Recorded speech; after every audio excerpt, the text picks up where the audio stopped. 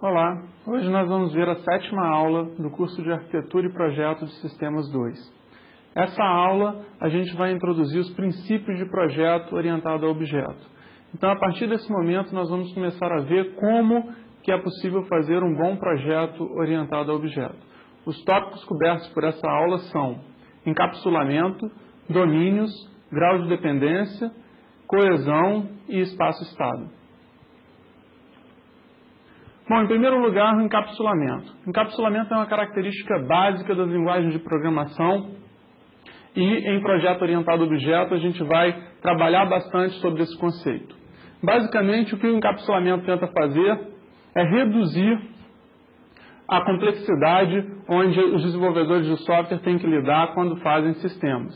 Então, basicamente, ele lida com essa complexidade tentando exibir o que aquela entidade está fornecendo sem ser necessário entender como que a entidade trabalha para fornecer esse determinado serviço. Aqui a gente colocou uma figura tentando ilustrar o encapsulamento com uma situação do mundo real, onde a gente tem uma fila de clientes e um balcão, onde o cliente está fazendo algum tipo de pedido para esse balcão. Por exemplo, está pedindo uma carteira de motorista. A partir desse pedido, um conjunto de procedimentos internos acontece para que esse pedido seja realizado.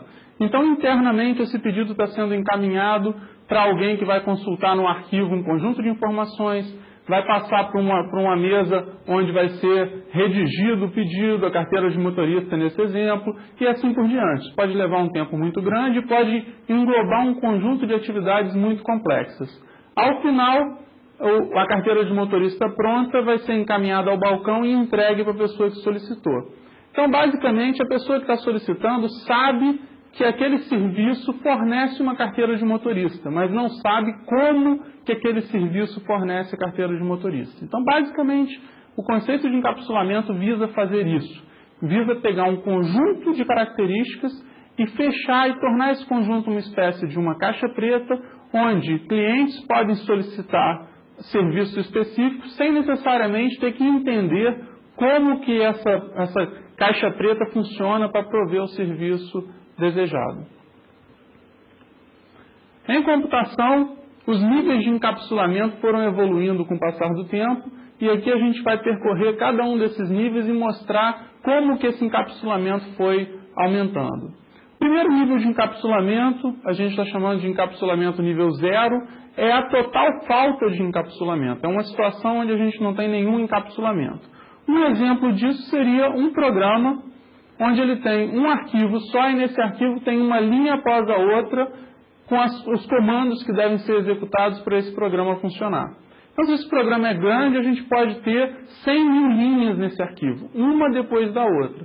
Possivelmente, um conjunto de linhas está se repetindo em vários momentos dessas 100.000 linhas, porque a mesma funcionalidade está acontecendo nesses vários blocos.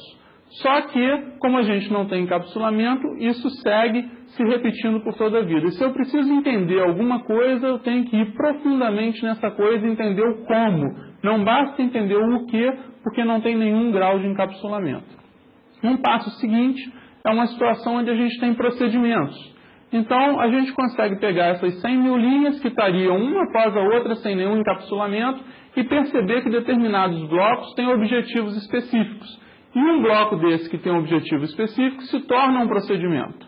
Ao invés de a gente ter daqui para frente 100.000 linhas, a gente passa a ter, por exemplo, 500 procedimentos, 1.000 procedimentos. E um procedimento especifica claramente o que ele pretende fazer e dentro dele é descrito como ele faz. Então, se a gente está fazendo um sistema que a gente precisa de uma funcionalidade, basta a gente utilizar um procedimento, sem necessariamente ter que entender como esse procedimento foi feito. Quem precisa entender como o procedimento foi feito são as pessoas responsáveis por dar manutenção ao procedimento, mas não as pessoas responsáveis por usar esse procedimento na confecção de um outro sistema. Com isso, a gente consegue reduzir bastante a complexidade. O que era uma coisa enorme, única, foi dividido em blocos menores, onde eu preciso entender a fronteira desses blocos. Eu não preciso entender o conteúdo de cada um desses blocos. O próximo nível de encapsulamento é o nível 2. Esse nível de encapsulamento engloba as classes de objeto. Então, além da gente ter as funcionalidades encapsuladas, que é o que a gente já tinha no nível 1, a gente passa a ter, junto com essas funcionalidades, os dados. Basicamente, se a gente analisar aquela situação onde as 100 mil linhas de código foram transformadas em 500 ou 1000 procedimentos, a gente consegue perceber que parte desses procedimentos atuam sobre os mesmos dados. E possivelmente esses procedimentos estão com um objetivo comum, ou seja, eles poderiam estar encapsulados numa entidade maior que representa esse objetivo. E essa entidade maior é a nossa classe. Então, dessa forma, a gente colocou os dados, que são as características da classe, dentro dessa classe, e um conjunto de procedimentos, que são os métodos da classe, que representam o comportamento dessa classe, na fronteira da classe.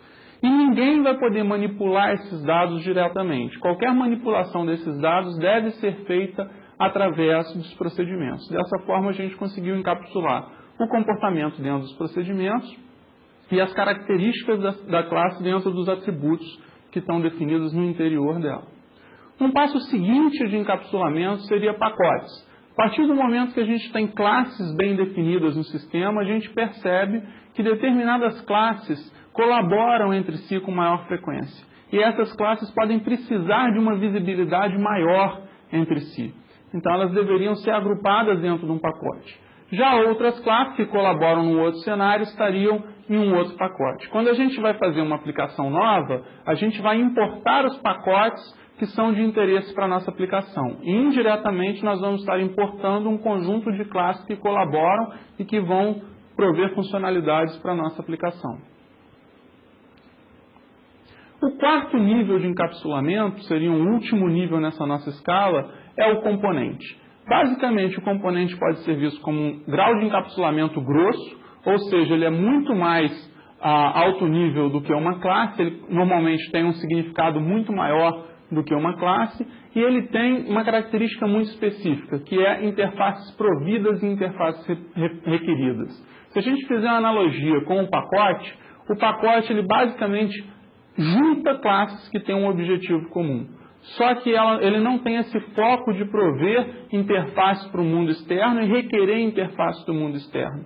No nosso pacote, o pacote vai funcionar se o mundo externo prover para ele um conjunto de funcionalidades. E no momento que ele funciona, ele fornece para o mundo externo um outro conjunto de funcionalidades. A gente vai ter uma aula específica mais à frente, só discutindo o conceito de componentes. Bom, o nosso objetivo do curso é principalmente no nível 2 de encapsulamento. Nessa aula específica nós vamos discutir muitas características que a gente espera encontrar no nível 2 de encapsulamento, ou seja, nas classes. O que seria uma classe bem construída do ponto de vista de projeto? E um primeiro passo nesse sentido é o conceito de anéis de operações. Basicamente, esse conceito de anéis de operações tenta aumentar o controle sobre quais métodos têm poder de fazer o que dentro de uma classe. Para a gente trabalhar com esses anéis de operações, a gente cria 3 anéis fictícios, na verdade eles não existem, que têm atribuições específicas dentro da classe. Além disso, a gente determina que o anel mais externo só pode conversar com o anel mais interno que está colado com ele. Então, vamos ver um exemplo. Nesse exemplo, nós construímos 3 anéis de encapsulamento em cima de uma determinada classe e no anel mais de dentro nós colocamos os atributos da classe, ou seja, os dados. Os dados não podem ser acessados por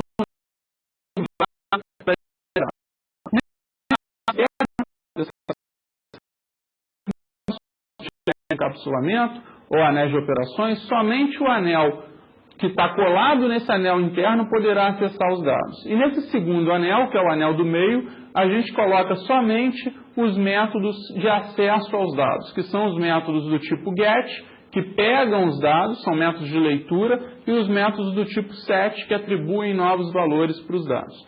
E no terceiro anel vem os demais métodos da aplicação. Dessa forma, as aplicações externas continuam sendo regidas pelas leis de visibilidade, ou seja, uma aplicação externa nunca vai poder manipular diretamente o dado dessa classe, porque esse dado é privado.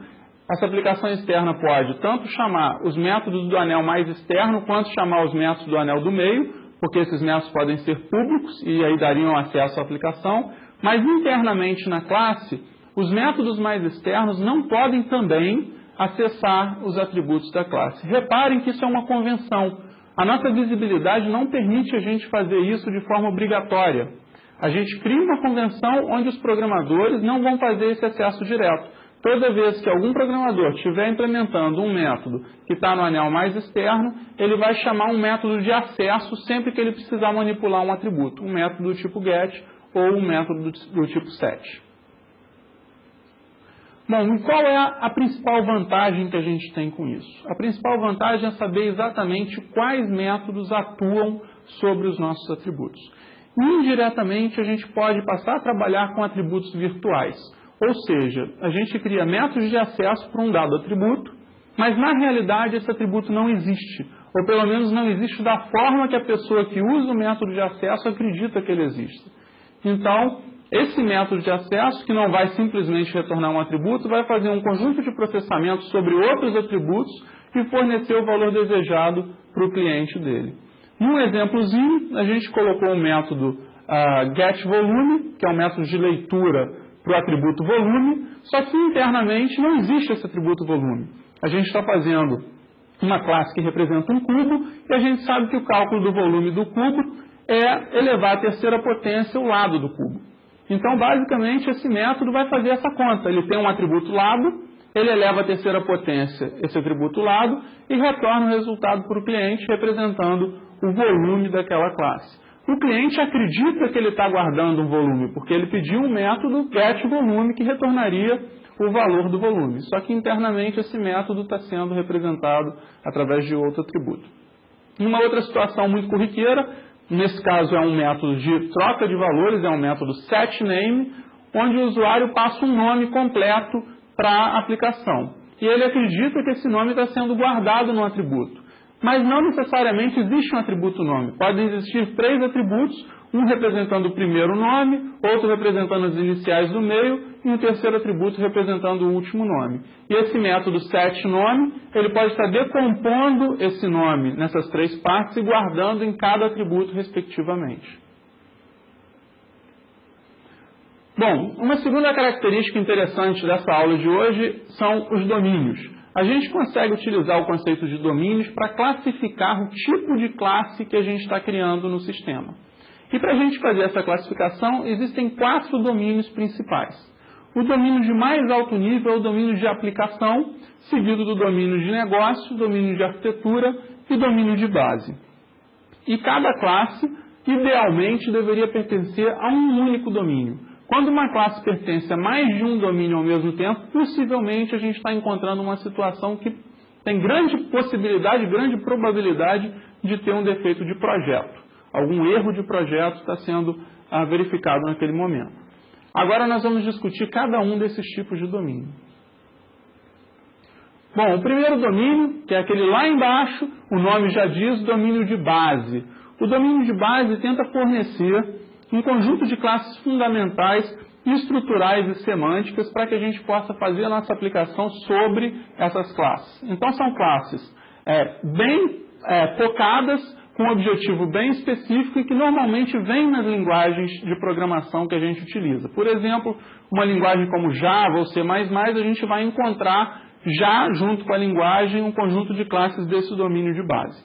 Então, para a gente exemplificar esse domínio, as classes fundamentais normalmente são classes que são tipos primitivos da linguagem, por exemplo, representando string, quer dizer texto, ou representando o número inteiro, ou representando o número em ponto flutuante, um número real, e assim por diante. São tipos de dado primitivos que a gente vai utilizar nas nossas aplicações.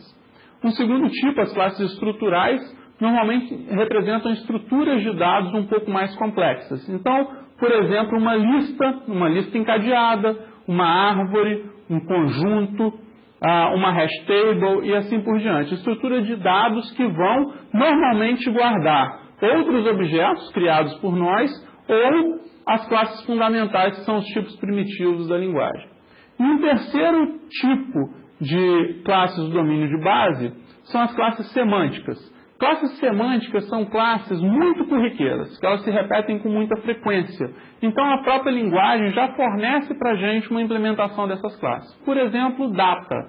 Quase todas as aplicações, em algum nível, precisam manipular com valores de data. Então, a data já é fornecida como uma classe de base, no domínio de base, para a nossa aplicação. Um outro exemplo é cor. A linguagem normalmente já tem algum mecanismo de manipular cores, então cores é fornecida como domínio de base. Um outro exemplo seria dinheiro. Algumas linguagens já têm algum tipo específico para representar dinheiro, o que facilita a construção de aplicações no domínio financeiro. Bom, o segundo domínio de arquitetura, tem uma semelhança com o domínio de base, porque normalmente ele também vem como biblioteca das linguagens. Então, se a gente está usando C++, está usando Java, alguma outra linguagem orientada a objeto, normalmente a gente já recebe pacotes sobre bibliotecas específicas para atuar sobre o domínio de arquitetura. Só que a diferença é que a maior objetivo do domínio de arquitetura é lidar com a arquitetura de software ou hardware que a nossa aplicação está interagindo. Então, normalmente, quando a gente está fazendo uma aplicação que a gente precisa, por exemplo, falar com bancos de dados, a gente vai usar classes do domínio de arquitetura. Se a gente precisa fazer uma interface com o usuário, a gente vai usar classes do domínio de arquitetura. Alguns exemplos que a gente colocou, primeiro a comunicação.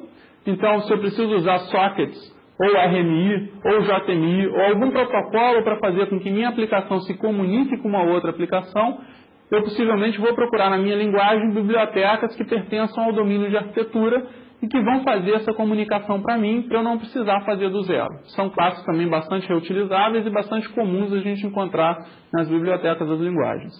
O outro exemplo que eu já citei, o banco de dados. Existem várias formas diferentes de falar com banco de dados. Dependendo da linguagem, a gente encontra bibliotecas específicas. Por exemplo, JDBC em Java, ODBC mais genericamente. Várias linguagens implementam conexão via ODBC, JDO e assim por diante. Um terceiro exemplo, a parte de interface com o usuário. A gente não precisa definir, criar uma classe que representa um botão. O conceito de botão, o conceito de lista, já estão implementados na linguagem, então a gente tem que usar a biblioteca que forneça para a gente essas entidades. E no caso de Java, a gente tem o Swing, a gente tem o AWT, e cada linguagem tem um conjunto de bibliotecas que permitem a gente fazer interface com o usuário. Todas essas classes que eu estou discutindo fazem parte do domínio de arquitetura. Por quê? Porque ou elas estão ajudando a gente a interagir com o hardware, ou elas estão ajudando a gente a interagir com a arquitetura de software, no caso das interfaces com o usuário, para apresentar informações para o usuário.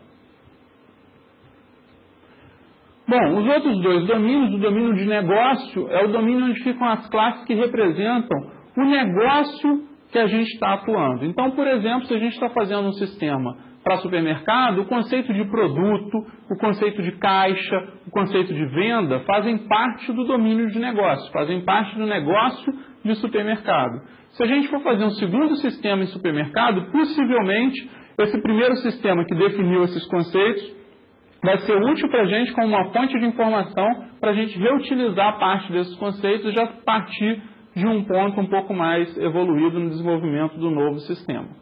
Só que esse conjunto de domínios que eu já falei, de base, de arquitetura e de negócio, precisam ser combinados.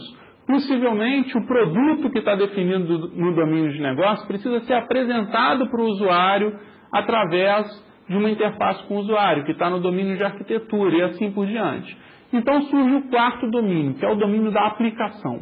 Ali vão ser colocadas classes que a gente chama como classe escola. São classes que elas não têm uma semântica tão forte e a principal função delas é ligar as várias classes dos vários domínios. A principal função delas, nesse exemplo que eu falei, seria pegar o produto que está no domínio de negócio e exibir na tela para o usuário, e essa exibição na tela faz parte do domínio de arquitetura. Bom, aqui eu tento mostrar o grau de reutilização entre esses vários domínios. Idealmente, quando a gente faz uma aplicação nova, a gente tenta reutilizar o máximo possível de trabalho, de esforço que a gente fez em aplicações anteriores para a gente conseguir ter um ganho melhor no futuro. Só que nem sempre tudo que a gente faz é reutilizado. Se a gente der uma olhadinha para os domínios de base, domínio de arquitetura, são domínios muito reutilizáveis. praticamente toda aplicação em Java que acessa banco de dados vai precisar do JDBC para acessar o banco de dados. O JDBC é um conjunto de classes, quer dizer, é um pacote que faz parte do domínio de arquitetura. Então, esse domínio de arquitetura está sendo muito reutilizado. Os tipos primitivos da linguagem são utilizados praticamente por todas as aplicações feitas na linguagem. Então, o domínio de base está sendo muito reutilizado. Idealmente, o domínio de negócios também deveria ser muito reutilizado. Isso ainda não é uma realidade, mas a gente acredita que é possível sim ter um grau razoável de reuso no domínio de negócios. Ou seja, se eu estou fazendo um sistema para telecomunicações, eu criei uma classe chamada antena ativa. Se eu vou fazer um segundo sistema para telecomunicações, possivelmente esse conceito de antena ativa pode estar repetindo e eu poderia estar reutilizando essa classe para facilitar meu desenvolvimento dessa segunda aplicação. Porém, o domínio de aplicação é muito pouco reutilizado. Como eu disse, o domínio de aplicação são classes escola, são classes que estão ali para tentar ligar conceitos de vários domínios e fazer a aplicação propriamente dita. Então, como essas classes estão ali exatamente para ligar esses vários conceitos, o nível de reuso delas tende a ser muito baixo. E essa figurinha tenta explicitar isso, onde o menor nível de reuso é o domínio de aplicação e o maior nível de reuso é o domínio de base. Bom, um ponto interessante é que a gente deve tentar fazer com que as classes do domínio de negócio tenham que ser independentes de tecnologia. Por quê? Porque se essa classe de domínio de negócio começa a ter uma dependência muito grande de tecnologia, possivelmente ela deixa de ser uma classe de domínio de negócio e passa a ter um perfil muito próximo de uma classe de domínio de arquitetura, o que seria ruim para a nossa aplicação, tanto sob o ponto de vista da classe de domínio de arquitetura, que ela é muito reutilizável e vai passar a ser menos, quanto sob o ponto de vista da própria classe de negócio, porque possivelmente nas outras aplicações eles não vão ter interesse de reutilizar aquelas características específicas de tecnologia que a gente embutiu na classe de negócio. Então, um trabalho muito importante em projeto orientado a objeto é se preocupar em manter as classes de negócio o máximo possível isentas de tecnologia e deixar com que essa tecnologia seja definida no nível do domínio de arquitetura. Mas nem sempre isso é possível. Em várias situações, a gente quer que a classe de negócios esteja atrelada a algum nível de tecnologia. E nesses casos, a melhor saída é a gente criar uma classe que a gente chama de classe mista, onde ela atua tanto como uma classe de negócio quanto como uma classe de arquitetura. Mas é importante notar que as classes originais continuam intactas. Essa nova classe, que é uma classe mista, herda comportamento das classes originais e aí sim junta esses dois mundos, do negócio e da tecnologia.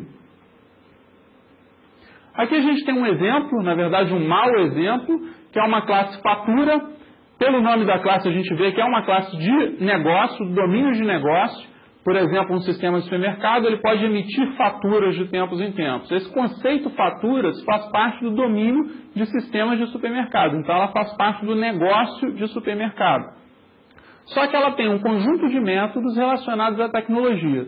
Nesse nosso exemplo, ela pode ser enviada por fax, ela pode ser enviada por e-mail ou ela pode ser enviada pelo correio.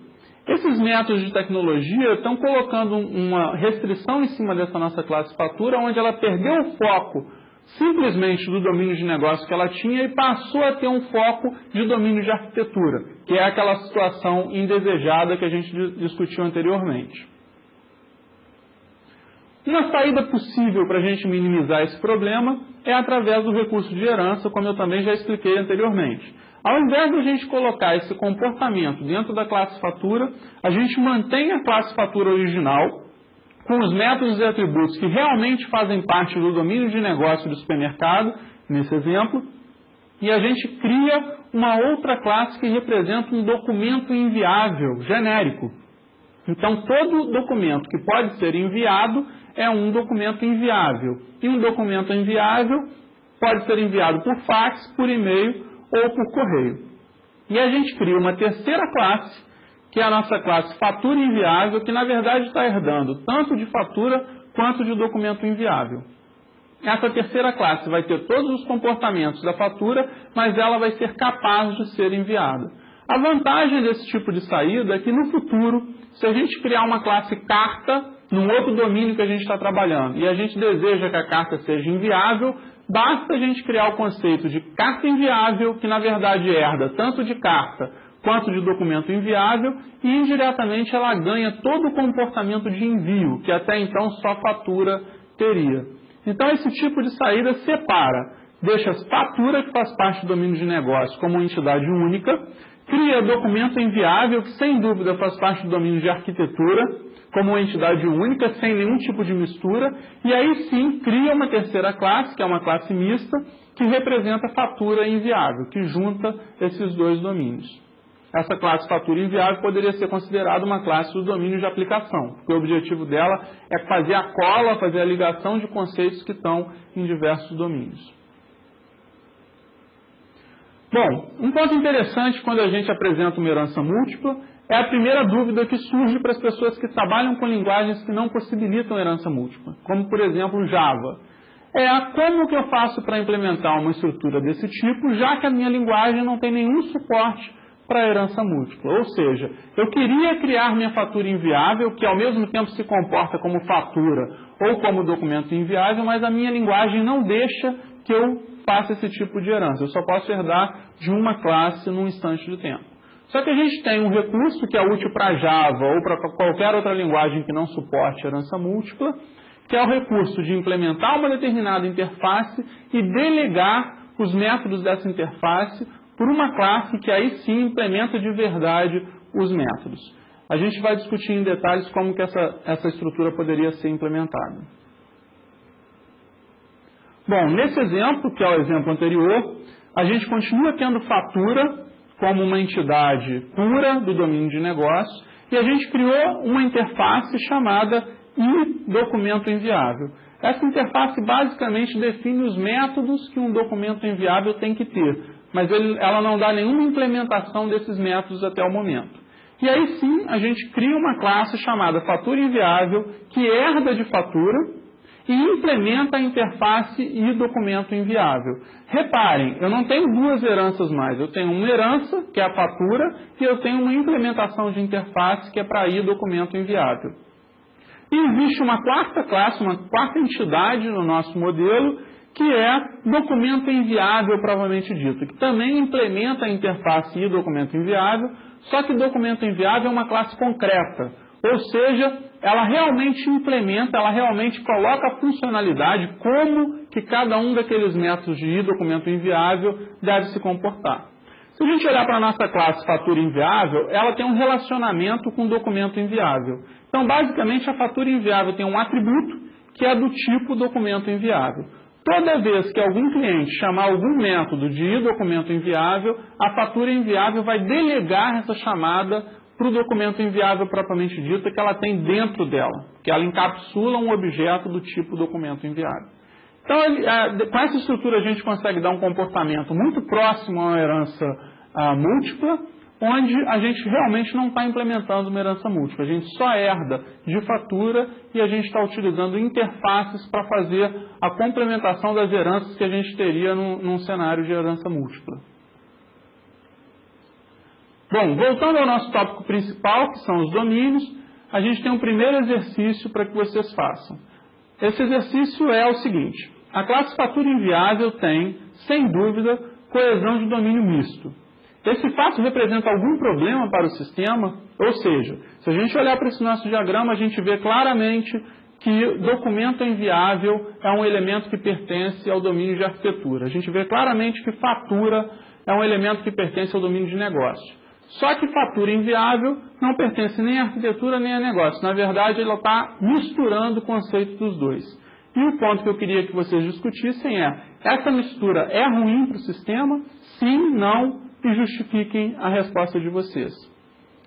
Por favor, apertem o pause, tentem fazer esse exercício e assim que terminarem, apertem o play novamente. O próximo tópico que a gente vai ver nessa aula de hoje é grau de dependência. Grau de dependência é uma métrica muito semelhante ao fan-out do projeto estruturado e ele tenta indicar quantas classes dependem, direta ou indiretamente, de uma determinada classe do sistema. A dependência direta são as dependências totalmente explícitas em uma dada classe. E as dependências indiretas são as dependências recursivas a partir das dependências diretas de uma dada classe. Aqui a gente tem um exemplo que facilita o entendimento. Nesse exemplo, a classe A depende das classes B, C e D diretamente. Ou seja, de alguma forma, dentro da implementação dessa classe A, ela só vai funcionar se ela tiver as classes B, C ou D, que são dependências diretas. Mas de forma indireta, como a classe B, nesse exemplo, depende de E e F diretamente, indiretamente A passa a depender de E e F. Recursivamente, como E depende de J diretamente, a classe A passa a depender indiretamente de J, através de E, que por sua vez já é uma dependência indireta através de B. Então, com essa estrutura, as dependências diretas são as dependências que estão no primeiro nível relacionadas com aquele elemento, e as dependências indiretas são as dependências calculadas de forma recursiva. A gente tem 3 dependências diretas para A e tem 12 dependências indiretas para A. Se a gente pegar um outro caso nesse mesmo grafo, a gente olhar para a classe D, a classe D tem 2 dependências diretas, que são H e I, e por sua vez ela tem 5 dependências indiretas, que são HI, K, L e M. Então, basicamente, dependência direta é a dependência que está no nível logo posterior de dependência daquela classe, e a dependência indireta são todas as dependências recursivas que podem ser calculadas através da análise da dependência direta de cada uma das dependências diretas, sempre de forma recursiva. Bom, para a gente conseguir, de forma um pouquinho mais organizada, definir o que é uma dependência, a gente pode analisar esse texto que está sendo apresentado no slide agora. Esse texto discute para uma classe A qualquer, quando que ela tem dependência para uma classe B. E o mais interessante dessa lista é que a lista está ordenada de forma a colocar as dependências mais fortes em cima e as dependências mais fracas embaixo. Então, a dependência mais forte que uma classe pode ter é a dependência de herança. Ou seja, se A herda de B, A é do tipo B. Então, ela depende de forma muito presa à classe B. Por outro lado, se A herda do B, B não depende de A por causa da herança. O B existia de qualquer forma. E A que está herdando de B, A é que conhece B, então A depende de B de uma forma muito forte. O segundo tipo de dependência é o A ter um atributo do tipo B, que são aquelas associações que a gente vê no diagrama. Então, uma associação de agregação, de composição, uma associação convencional, determina uma dependência desse segundo tipo. O terceiro tipo de dependência é o A ter como parâmetro de algum método um objeto do tipo B. Ou seja, algum método de A precisa de B para funcionar. Então, A depende de B. Um quarto tipo de dependência é, dentro da implementação de um método, existir uma variável do tipo B. Reparem a diferença da força. O segundo tipo era um atributo do tipo B. Aquele atributo é uma característica da classe A. Ele vai estar lá o tempo todo. Uma variável dentro de um método é algo temporário. Quando aquele método está executando, ele usa essa variável, quando termina a execução, sai o escopo, aquela variável perde o sentido. Mas, de qualquer forma, se existe uma variável em um método, que é do tipo B, então A depende de B. E o último tipo é quando A chama métodos que retornam valores de B, do tipo B. Então, se eu chamo algum método dentro de um determinado método de A, e esse método retorna o valor do tipo B, eu estou criando uma dependência entre A e B. A depende de B para funcionar. Uma forma fácil da gente entender essa dependência é que a gente estivesse olhando para uma linguagem de programação. Basicamente, essa classe A só ia funcionar, eu só ia conseguir compilar e executar essa classe A numa situação dessas 5 opções que a gente listou, caso a classe B estivesse presente. Porque se a classe B não estivesse presente, o nosso compilador, o nosso ambiente de execução, ia reclamar falando que não dá para fazer A funcionar sem que B esteja presente, porque A depende de B. E essas são as 5 opções que a gente tem para detectar a dependência entre A e B. Bom, e um ponto interessante é que a gente assume que classes que pertencem ao domínio de base têm um grau de dependência igual a 0. Então, na hora que a gente vai fazer um cálculo de grau de dependência direto e grau de dependência indireto, a gente só vai analisar até os elementos que são do domínio de aplicação, domínio de negócio ou domínio de arquitetura, porque um elemento do domínio de base tem grau de dependência 0. Bom, o objetivo do grau de dependência é a gente conseguir verificar projetos orientados a objetos. Quer dizer, é uma das várias métricas que existem, mas é uma métrica interessante para a gente conseguir olhar para um projeto orientado a objeto e tentar perceber se esse projeto está parecendo com um projeto de boa qualidade. E existem várias outras formas para a gente fazer essa análise. Mas nesse caso, se a gente olhar para um projeto orientado a objeto e analisar classes de domínios mais altos, ou seja, negócio ou aplicação, a gente espera encontrar um grande grau de dependência indireto. Isso significa que essas classes do domínio de negócio e do domínio de aplicação estão fazendo muito reuso de outras características que estavam disponíveis na nossa aplicação. Quanto maior esse grau de dependência indireto, maior o reuso que está acontecendo dessas outras classes da nossa aplicação. Por outro lado, quando a gente olha para um domínio mais baixo, por exemplo, arquitetura ou domínio de base, a gente normalmente encontra um grau de dependência indireto muito baixo. Por quê? Porque normalmente essas classes não dependem de tantas outras classes. Até porque elas são classes que foram feitas para ser reutilizadas, mas não necessariamente elas reutilizam muitas classes já existentes.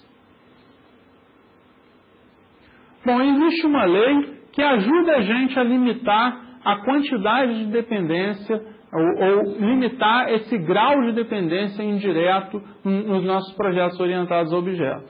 Então, essa lei chama Lei de Deméter e ela tem um conjunto de passos. O primeiro passo, quer dizer, cada um desses passos determinam o que a gente pode fazer quando está projetando um sistema orientado a objeto, para manter um baixo grau de dependência indireta. Então, o primeiro passo determina que a gente pode chamar métodos do próprio objeto. Ou seja, se eu tenho uma classe que tem 15 métodos, quando eu estou implementando um desses 15 métodos, eu posso, à vontade, chamar qualquer um dos outros 14 métodos que já estão implementados ou serão implementados. Segundo ponto, a gente pode chamar métodos de objetos recebidos como parâmetro em métodos. Então, se a gente tem um método na nossa classe que tem um objeto que é parâmetro, a gente pode usar esse objeto à vontade. Ele está ali como parâmetro exatamente para isso, porque a gente precisa da funcionalidade dele para implementar o nosso método em questão. Então, a gente pode à vontade chamar métodos desse objeto. Terceiro ponto, a gente pode chamar métodos de objetos listados como atributos ou contidos em coleções que são atributos da nossa classe, do nosso objeto. Então, basicamente, se eu tenho um atributo, aquele atributo está ali exatamente para fornecer informações para a gente. Então, a gente pode, à vontade, chamar métodos desse atributo. Ou se eu tenho uma coleção de atributos, por exemplo, uma pessoa tem um conjunto de carros. Isso pode ser uma coleção de carros. Eu posso chamar métodos à vontade dos objetos carro que estão dentro dessa coleção. Quarto ponto, objetos criados em métodos. Se a gente cria um objeto dentro de um método, a gente pode chamar à vontade método desse objeto. E o quinto ponto, objetos globais, que são estáticos ou singletons. Singletons a gente vai discutir na aula de projeto, é um projeto para a gente conseguir fornecer alguma informação de forma global no sistema. A gente também pode chamar métodos de objetos globais. Então, basicamente, o que a Lei de Deméter está limitando a gente? Ele deixa a gente fazer um monte de coisa, menos chamar métodos de retornos de métodos que já foram chamados. Ele tenta evitar a situação que é muito comum, onde a gente chama um método, recebe o retorno desse método, chama um segundo método, recebe o retorno desse segundo método, chama um terceiro, recebe o retorno. Então, a gente entra numa cascata de chamadas de métodos. Cada vez que a gente está chamando um método, recebendo o retorno e chamando um novo método recursivamente, a gente está adicionando novas classes como dependência da nossa classe. Então, o nosso objetivo aqui é diminuir esse tipo de dependência no nosso sistema. Bom, além disso, a gente tem algumas características que são importantes numa classe e a gente mede essas características através da coesão da classe, que é o novo tópico que a gente está vendo nesse slide. Então, basicamente, uma classe coesa é uma classe que tem foco, é uma classe que tem um objetivo e todos os esforços dessa classe, todos os atributos, todos os métodos dessa classe estão tentando direcionar para aquele objetivo da classe. É uma classe que é muito difícil a gente dividir em duas, porque ela realmente está atuando num objetivo específico. Uma forma que é comum da gente analisar para calcular a coesão de uma classe é olhar o quanto os métodos da classe estão atuando sobre os atributos da classe. Se os métodos da classe atuam sobre vários atributos de forma a criar interseções de atuação dos métodos em cima dos atributos, tem grande chance da classe ser coesa. Por outro lado, se a gente tem uma classe onde N métodos da classe atuam só sobre um determinado conjunto de atributos e outros métodos da classe atuam sobre outro conjunto de atributos, tem grande chance dessa classe não ser coesa e possivelmente ela poderia ser decomposta em duas classes, porque esses métodos não estão colaborando sobre o mesmo conjunto de atributos. Um conjunto de métodos tem interesse só sobre alguns e o outro conjunto tem interesse só sobre outros atributos. Então, nosso objetivo, olhando para a coesão, é tentar fazer classes que tenham um alto nível de coesão, ou seja, que aqueles métodos da classe eles colaboram entre si e que eles atuam sobre os atributos da classe, sem que tenha um método que não tenha nada a ver com os outros métodos e que poderia estar fora daquela implementação da classe. Bom, existem várias formas de a gente classificar a coesão e aqui a gente está classificando em 6 níveis diferentes de coesão, que é a coesão de instância mista, coesão de domínio misto, coesão de papel misto, coesão alternada, coesão múltipla e coesão funcional. Nós vamos discutir cada um desses níveis de coesão. Bom, primeiro tipo de coesão que a gente vai ver é coesão de instância mista. Uma coesão de instância mista ocorre quando a gente tem uma classe onde nem todos os objetos daquela classe podem usar ou devem usar todas as operações ou todos os métodos providos naquela classe.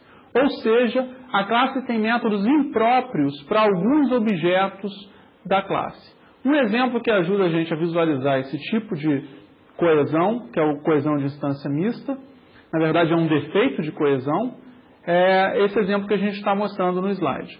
A gente tem uma classe veículo que tem um método acelera e tem um método decola. Então, se a gente cria uma instância de veículo do tipo avião ou helicóptero, pode fazer sentido tanto acelerar quanto decolar. Por outro lado, se a gente cria uma instância de veículo do tipo carro, do tipo moto, do tipo bicicleta, o acelerar continua fazendo sentido, só que o decolar perde sentido. Para um carro, o método decolar não poderia ser chamado, porque ele não tem a menor aplicação. Então, basicamente, essa classe está mal projetada, porque ela representa uma entidade do mundo real, que é um veículo, que é uma entidade de alto nível, só que ela está dando uma funcionalidade para veículo que nem todos os veículos querem esse tipo de funcionalidade. A forma clássica da gente corrigir problemas de coesão de instância mista é através de herança. Basicamente, se a gente olhar para essa classe veículo, a gente vê que o veículo não está representando o que ele deveria estar representando. Possivelmente, a gente precisa de níveis de herança maior do que o veículo está fornecendo para a gente. Então, se a gente olhar na parte direita da figura, a gente tem o veículo, continua lá, só que só com o método acelera, porque aparentemente o método acelera é útil para qualquer tipo de veículo, mas por outro lado foram criadas heranças de veículo, tanto para veículo aéreo quanto para veículo terrestre.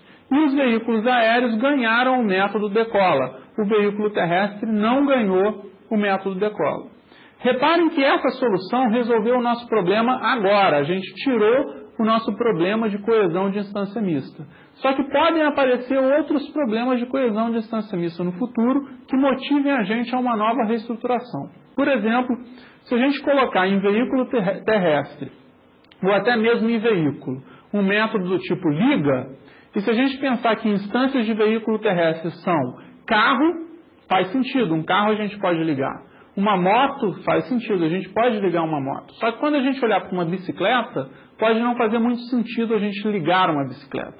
Então, possivelmente, essa classe veículo terrestre no futuro também teria uma nova estrutura de herança, dividindo veículos terrestres motorizados e veículos terrestres não motorizados. E somente os veículos terrestres motorizados ganhariam o método do tipo liga. E assim por diante. Então, basicamente, quando a gente olhar para uma classe que aceita diversos objetos, onde alguns métodos não são apropriados para determinados objetos, a gente deveria repensar a nossa estrutura de herança para tornar essa classe um pouco mais correta.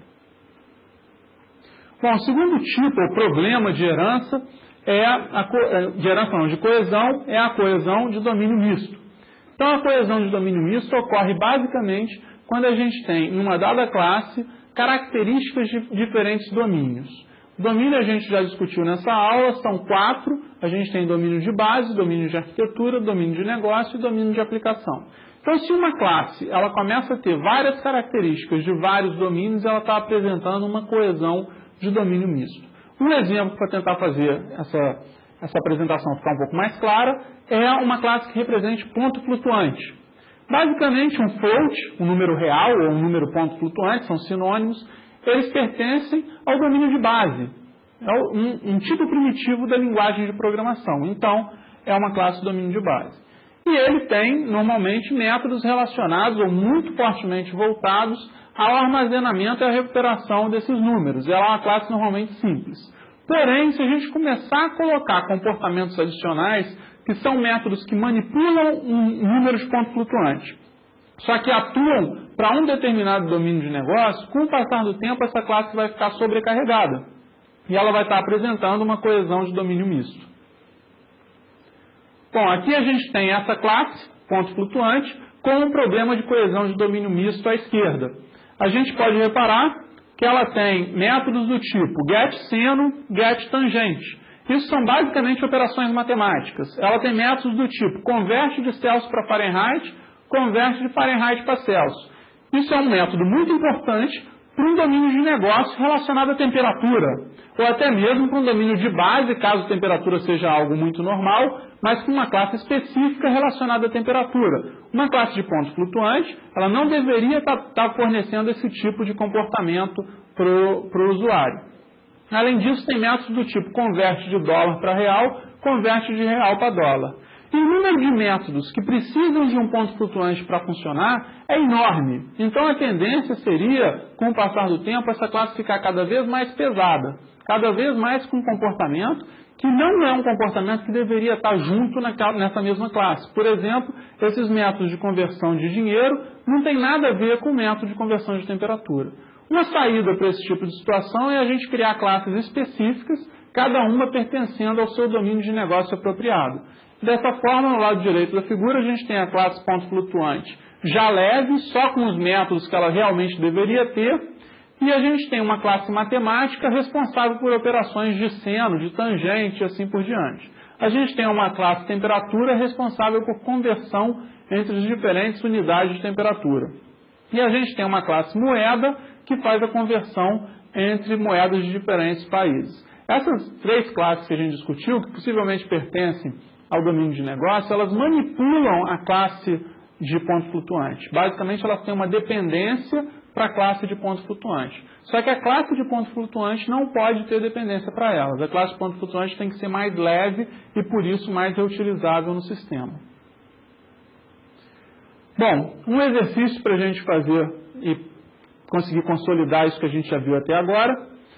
Como é possível permitir que a classe notícia possa ser exibida na tela, na impressora ou no celular sem criar coesão de domínio misto e que facilite a criação de novos métodos de exibição. Ou seja, hoje a gente está mandando notícia para a tela, para a impressora ou para o celular. Mas no futuro a gente pode querer mandar notícias para outros tipos de dispositivos. Então, como que a gente faz um projeto que ajude a gente nesse sentido? Tente encontrar uma solução diferente da classe mista utilizada em fatura, que a gente já viu na aula de hoje, e argumentar as vantagens e desvantagens dessa solução. A diferença é que dessa vez a gente colocou um botãozinho executar que vocês podem clicar e isso vai abrir uma ferramenta case chamada Umbrello que permite que vocês modelem em UML a solução para esse exercício. Basicamente o que eu sugiro é que vocês deem uma olhada nos slides anteriores, em especial no último slide que a gente discutiu, coesão de domínio misto, e tentem pensar numa solução voltada para a coesão de domínio misto para esse problema. Então, por favor, apertem o pause, façam o exercício e, ao final, apertem o play novamente. Bom, um outro tipo de coesão é a coesão de papel misto. A coesão de papel misto é muito parecida com a coesão de domínio misto. A diferença é que os elementos fazem parte do mesmo domínio. Então, eu não estou misturando classes que fazem parte de diferentes domínios. Eu estou misturando classes de um mesmo domínio, só que em contextos diferentes. E essa mistura, com o passar do tempo, pode gerar o mesmo efeito negativo que a gente discutiu na coesão de domínio misto. A classe começar a crescer cada vez mais, ela ganhar muito mais responsabilidade do que ela deveria ter, e ela virar uma classe muito difícil de ser dada manutenção, porque tudo do sistema passa por aquela classe. Então, um exemplo desse tipo de cenário é uma classe funcionário. Se a gente pensar numa empresa grande, uma empresa que tenha 1.000, 2.000, 5.000 pessoas trabalhando, essa empresa possivelmente tem um banco de dados que guarda as informações de cada um dos funcionários. E esse banco de dados é representado em orientação a objetos através de uma classe funcionário. Essa classe funcionário possivelmente é de interesse de vários departamentos da empresa. Então, um departamento que é responsável pela área médica da empresa quer colocar na classe funcionário um método que informa o tipo sanguíneo. Por outro lado, um departamento que é responsável pela parte financeira da empresa quer colocar na classe funcionário um método referente ao salário desse funcionário. Um departamento responsável pela parte de treinamento possivelmente vai querer colocar na classe funcionário informações referentes ao grau de escolaridade desse funcionário, e assim por diante. Então, se a gente expandir esse problema, com o passar do tempo, o número de métodos que essa classe funcionário vai ter vai ser enorme. E, na verdade, são métodos de interesses de aplicações específicas que usam a classe funcionário. Nesse nosso exemplo, nós temos na parte da esquerda uma classe funcionário sofrendo de coesão de papel misto, quer dizer, esse funcionário tem um CPF, tem um salário, tem um tipo sanguíneo e tem uma formação universitária. Na verdade, todas essas características são características do funcionário, só que são características do funcionário sob perspectivas diferentes. Então, uma solução para esse problema é criar várias perspectivas para funcionário. A gente manteve o funcionário ainda com CPF, com salário, e a gente criou uma perspectiva de funcionário chamada funcionário AM, que representa o funcionário sob o ponto de vista de assistência médica. Esse funcionário sob o ponto de vista de assistência médica tem um método que fornece o tipo sanguíneo. Por outro lado, a gente criou um outro funcionário TR, que representa o funcionário sob o ponto de vista de treinamento. E essa classe funcionário TR, ela tem um método GET formação universitária, que fornece as informações para o sistema de treinamento. O que é importante notar é que essas várias perspectivas que a gente criou da classe funcionário, elas têm uma associação com a classe funcionário propriamente dita. Então, basicamente, ela vai replicar os métodos globais que são interessantes para todo e qualquer tipo de funcionário, como, por exemplo, o CPF do funcionário, e toda vez que uma aplicação chamar esse método getCPF para o funcionário AM, quer dizer, uma aplicação de assistência médica chamar o getCPF, esse funcionário AM vai delegar a chamada para o funcionário e vai perguntar, funcionário, qual é o seu CPF? E a resposta que ele der vai ser repassada para a aplicação de assistência médica. Com isso, a gente conseguiu separar essas várias perspectivas da classe funcionário em classes específicas. Bom, mais um tipo de problema de coesão alternada, ela ocorre quando a gente cria um método que, na verdade, tem comportamentos diferenciados dependendo do que é informado ou passado como parâmetro para esse método. Então, um cenário muito comum desse tipo de coesão alternada é quando o método se comporta como sendo uma espécie de ou ele faz um tipo de funcionalidade ou ele faz um outro tipo de funcionalidade. Ele recebe como parâmetro algo que chaveie entre essas duas opções de funcionalidade e possivelmente o código dele tem um if alinhado ou tem um switch case, onde ele consegue selecionar. Caso o parâmetro seja x, então eu faço um determinado comportamento. Caso o parâmetro seja y, então eu faço um outro determinado comportamento. Quer dizer, a coesão desse método é muito fraca. Esse método está fazendo duas coisas, só que ao mesmo tempo, ou, dependendo de um parâmetro que está sendo informado, ele faz uma primeira, dependendo de um outro parâmetro que está sendo informado, ele faz uma segunda atividade. Um exemplo que a gente usa normalmente para mostrar esse cenário, são métodos que explicitamente colocam ou no nome do método. Mas isso não é necessariamente o que acontece. Em várias situações a gente não tem a palavra ou no nome do método, mas o método está com um comportamento ou está se mostrando ser um método de coesão alternada. Ele está atuando de formas diferenciadas dependendo dos parâmetros. Bom, um exemplo bem explícito de coesão alternada para uma classe figura, um método amplia ou gira. Quer dizer, esse método recebe como parâmetro proporção, que é um inteiro, e um booleano, que é a função. Se for true, ele amplia, se for falso, ele gira, alguma coisa nesse sentido.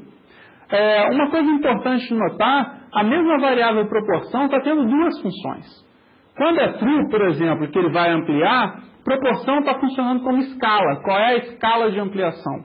Quando é falso a função e ele vai girar, proporção está funcionando como ângulo que vai ser girado. Isso é uma característica muito negativa, porque a semântica da nossa variável está muito fraca. Além disso, o nosso método com certeza está se comportando de forma alternada, está com uma coesão alternada.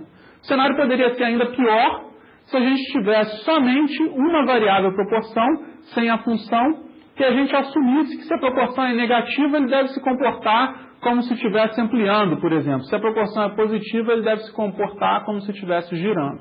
Então, esses resumos na hora de fazer o nosso método, tirando dois atributos e colocando um só que tem que se comportar pelos dois, piorariam ainda mais o problema que o método já tem. A forma correta da gente consertar esse cenário de coesão alternada é apresentada na parte direita da figura. Na verdade, é criar dois métodos. Criar um método responsável por ampliar e um método responsável por girar. Então, na hora que o cliente dessa classe precisar ampliar, ele vai chamar o método específico de ampliar, ao invés de chamar o método genérico, onde um parâmetro desse método seleciona o comportamento que deveria ser utilizado. Um outro tipo de problema de coesão é a coesão múltipla. Ela é muito semelhante à coesão alternada, só que ao invés dela ter um comportamento onde, num determinado momento, ela se comporta da forma A e, num segundo momento, ela se comporta da forma B, na coesão múltipla, ela está colocando dois comportamentos para serem executados concomitantes em cada execução do método.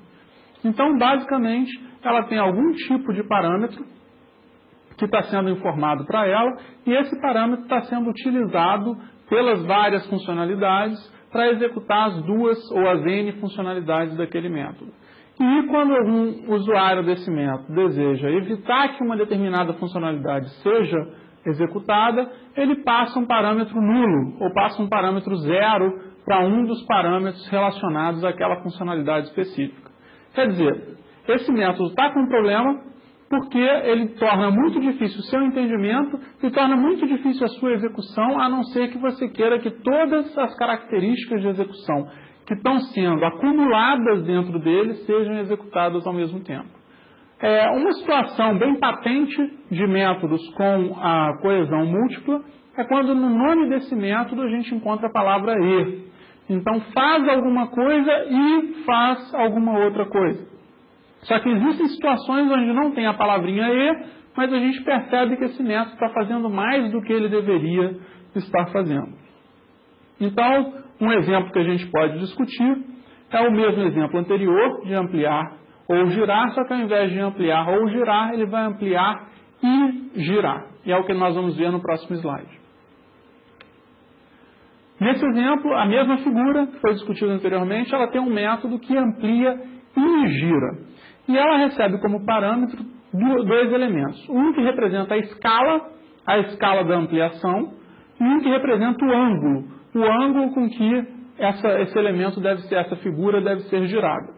Reparem que se o usuário chamar esse método passando uma escala, por exemplo, 2, e passando um ângulo 0, ele vai estar exercitando somente a funcionalidade de ampliar. Por outro lado, se ele chamar esse método passando como uma escala, o valor 0 ou o valor 1, para manter a figura no mesmo tamanho que já estava, e passando como ângulo 45 graus, ele vai estar girando a figura sem ampliar.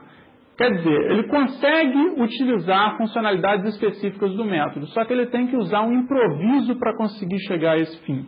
Isso é uma característica negativa de um projeto OO. O projeto O deveria ser claro e de fácil utilização pelos clientes daquela classe.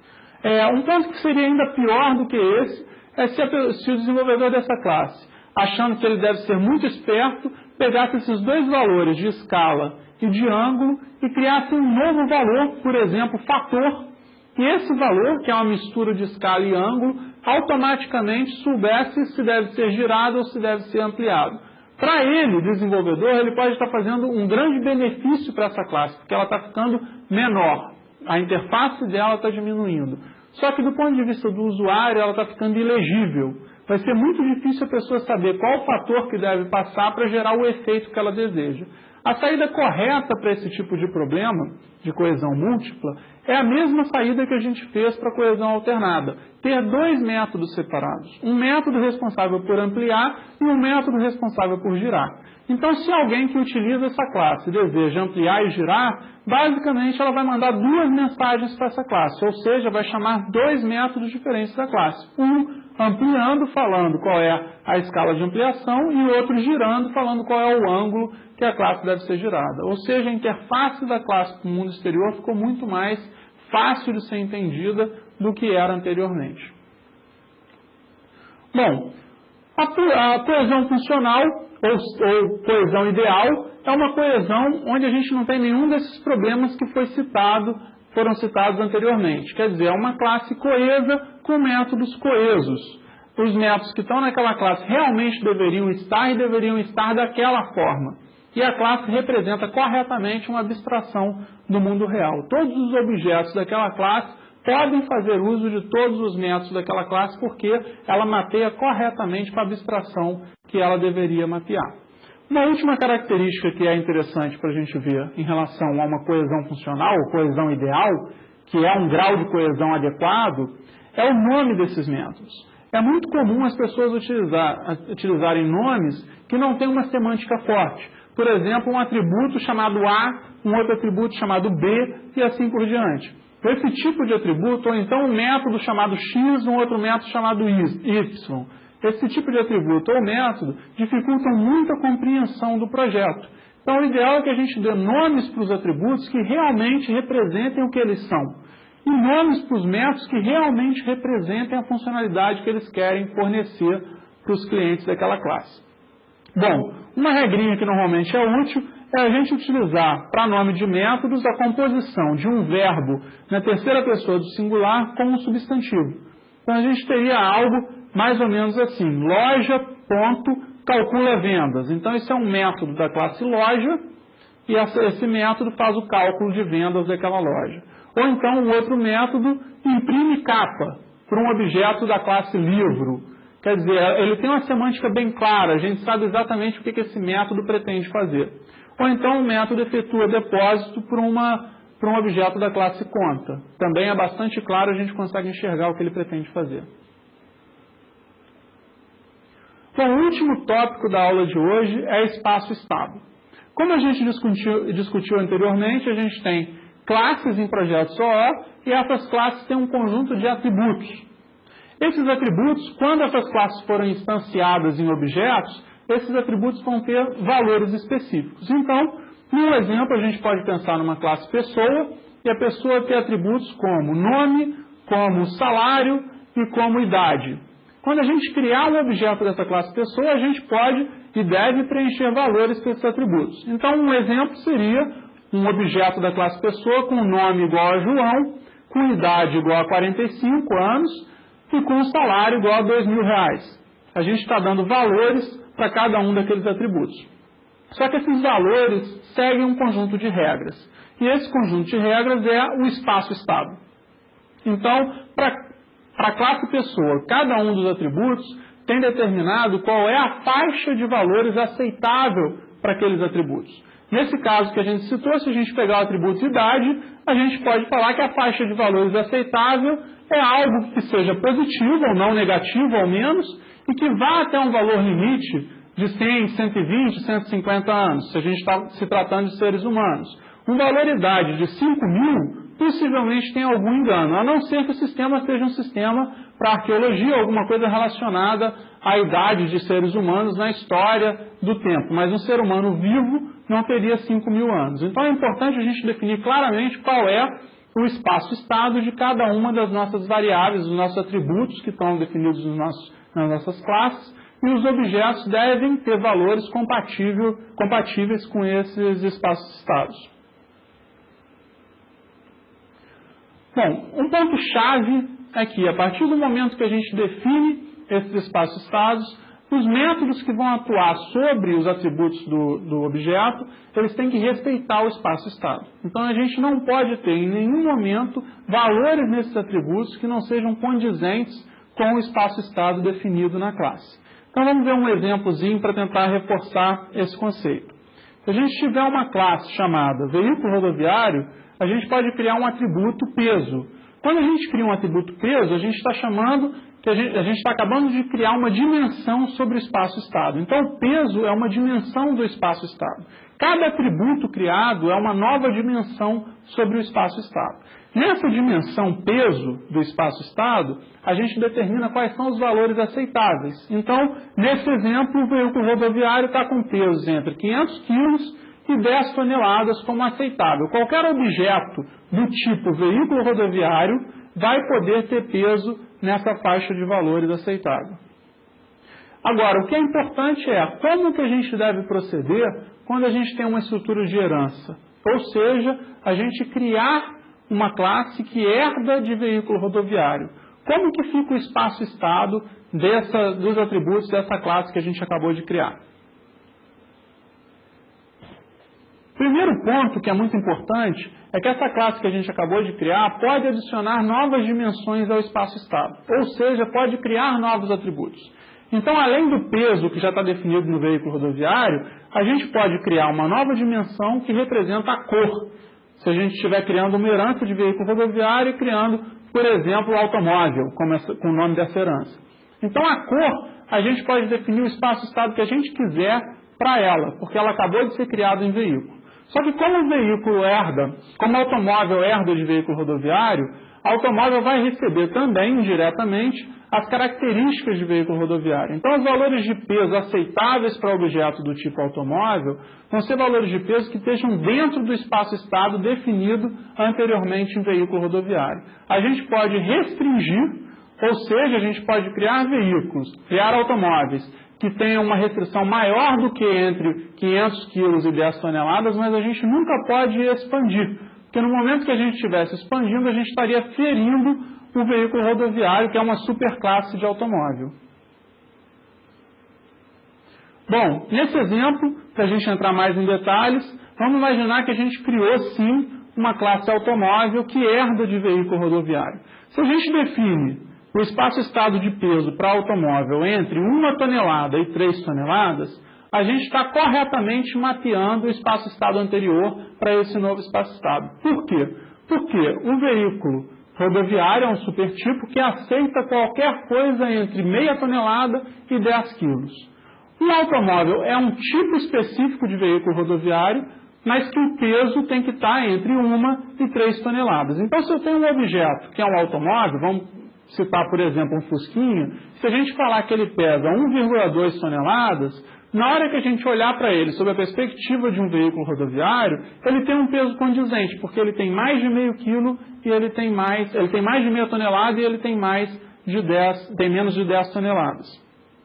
Por outro lado, se a gente criasse uma classe automóvel que herda de veículo rodoviário, só que a gente falasse que o espaço-estado para peso é entre 300 quilos e 3 toneladas, a gente estaria aceitando um objeto do tipo automóvel que não é compatível com o tipo veículo rodoviário. Porém, quando a gente criou a herança, indiretamente a gente está dizendo que todo automóvel é um veículo rodoviário, o que faria a gente entrar numa contradição.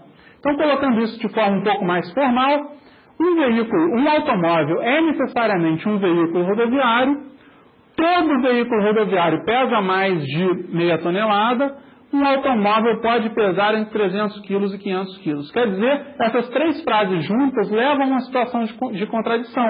Não é possível ele ser um veículo rodoviário e ele pesar um peso que não é aceitável para um veículo rodoviário. Então, basicamente, sempre quando a gente criar uma herança, a gente tem que respeitar os espaços-estados dos atributos que já existem. A gente pode criar novos atributos, mas os atributos que já existem devem ter o seu espaço-estado respeitado. Bom, mais um exercício para vocês fazerem. Quais dimensões de estado abaixo você utilizaria para representar a classe retângulo? Quais são as vantagens e desvantagens da sua escolha? Existe alguma outra solução que contorne as desvantagens encontradas? Qual o espaço-estado de cada dimensão? E mais uma vez a gente deixou um botão para vocês acionarem a ferramenta Case. Então, por favor, apertem o pause, façam o exercício e ao final apertem o play novamente. Existe um mecanismo que a gente faz uso para conseguir representar os espaços-estados das classes. Esse mecanismo chama invariante de classe. Então, basicamente, invariante de uma classe é algo que é válido sempre para aquela classe. Então, se essa classe, com o passar do tempo, receber valores novos para os seus atributos, a invariante deve permanecer como um valor válido. Ou seja, quando o método acabar de ser executado, a gente deve olhar para todas as invariantes e essas invariantes devem continuar tendo valores corretos, ou os valores dos atributos daquele objeto devem estar compatíveis com essas invariantes que foram definidas para a classe. Bom, um exemplo sobre invariante é se a gente olhar para uma classe triângulo. Se a gente está criando uma classe triângulo, a gente pode criar um atributo para cada lado desse triângulo. Por exemplo, o atributo ABC, representando os três lados que o triângulo deve ter. E a gente pode criar uma invariante para o triângulo. Invariante dizendo que A mais B tem que ser maior que C. E que B mais C tem que ser maior que A. E que C mais A tem que ser maior que B. Ou seja, a gente está falando que a soma de quaisquer dois lados do triângulo tem que ser maior do que o outro lado do triângulo. Se isso não acontece, a gente não tem um triângulo. A gente tem uma outra figura geométrica. Para um triângulo existir, essa invariante tem que ser verdade.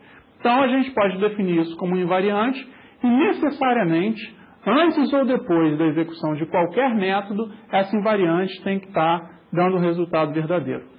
O que é muito importante notar é que as invariantes elas têm que ser verdadeiras antes e depois da execução dos métodos, mas não necessariamente durante a execução do método. Por quê? Porque numa classe triângulo, se eu tenho um método do tipo desloca, o deslocamento do triângulo pode ser mover cada um dos vértices do triângulo para uma nova posição. E durante a movimentação, no momento que eu movi o primeiro vértice, talvez eu gere uma distorção nessa figura. Ela deixe temporariamente de ser triângulo. Quando eu terminar de mover os três vértices, ela voltou a ser um triângulo. Então a invariante ela tem que ser válida antes e após a execução dos métodos. É como se os métodos representassem transações sobre a classe triângulo. Durante a execução, é possível que a classe passe por um instante inválido, mas isso não é um problema, e quando terminar a execução, a invariante volta a ser verdadeira sobre aquela classe. Bom, e como é que fica a questão de hierarquia? Como é que fica a questão de herança quando a gente está trabalhando com invariantes? Então, seguindo o mesmo exemplo que a gente falou até agora, do triângulo, a gente pode pensar que a gente quer definir uma classe chamada triângulo isósceles, que é basicamente uma herança da classe triângulo. Então, um triângulo isósceles é um triângulo. Um triângulo isósceles tem uma característica particular, que o triângulo tem dois lados iguais, pelo menos dois lados iguais, o que define o triângulo como isósceles. Então, a gente consegue criar uma nova invariante específica para o triângulo isósceles, ou seja, A igual a B, ou B igual a C, ou A igual a C. Então, essa invariante ela tem que ser verdade sempre, porque se essa invariante deixar de ser verdade, o triângulo deixa de ser isósceles. Só que, como o triângulo isósceles é um triângulo, necessariamente ele tem que herdar também as invariantes da classe triângulo. Porque se ele não cumprir as invariantes da classe triângulo, ele não deveria ter sido projetado como um subtipo de triângulo. Ele deveria ser subtipo de outra classe. Para ele ser um triângulo, ele deve herdar essas invariantes. Então, é basicamente a composição das invariantes dele com as invariantes que já vieram de triângulo. Nesse caso, a gente tem uma invariante que é A igual a B, ou B igual a C, ou A igual a C, e a invariante que veio de triângulo, que é A mais B maior que C, e B mais C maior que A, e C mais A maior que B. Então, para um triângulo isósceles, essa expressão tem que ser verdadeira antes e depois da execução de qualquer método nesse triângulo. Ou seja, em qualquer momento que o triângulo isósceles está no estado de equilíbrio. Não tem nenhum método sendo executado naquele instante. Bom, aqui a gente tem mais um exercício.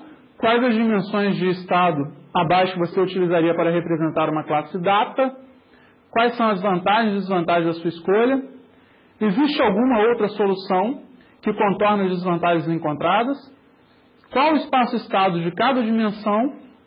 E você consegue detectar alguma invariante para a classe data?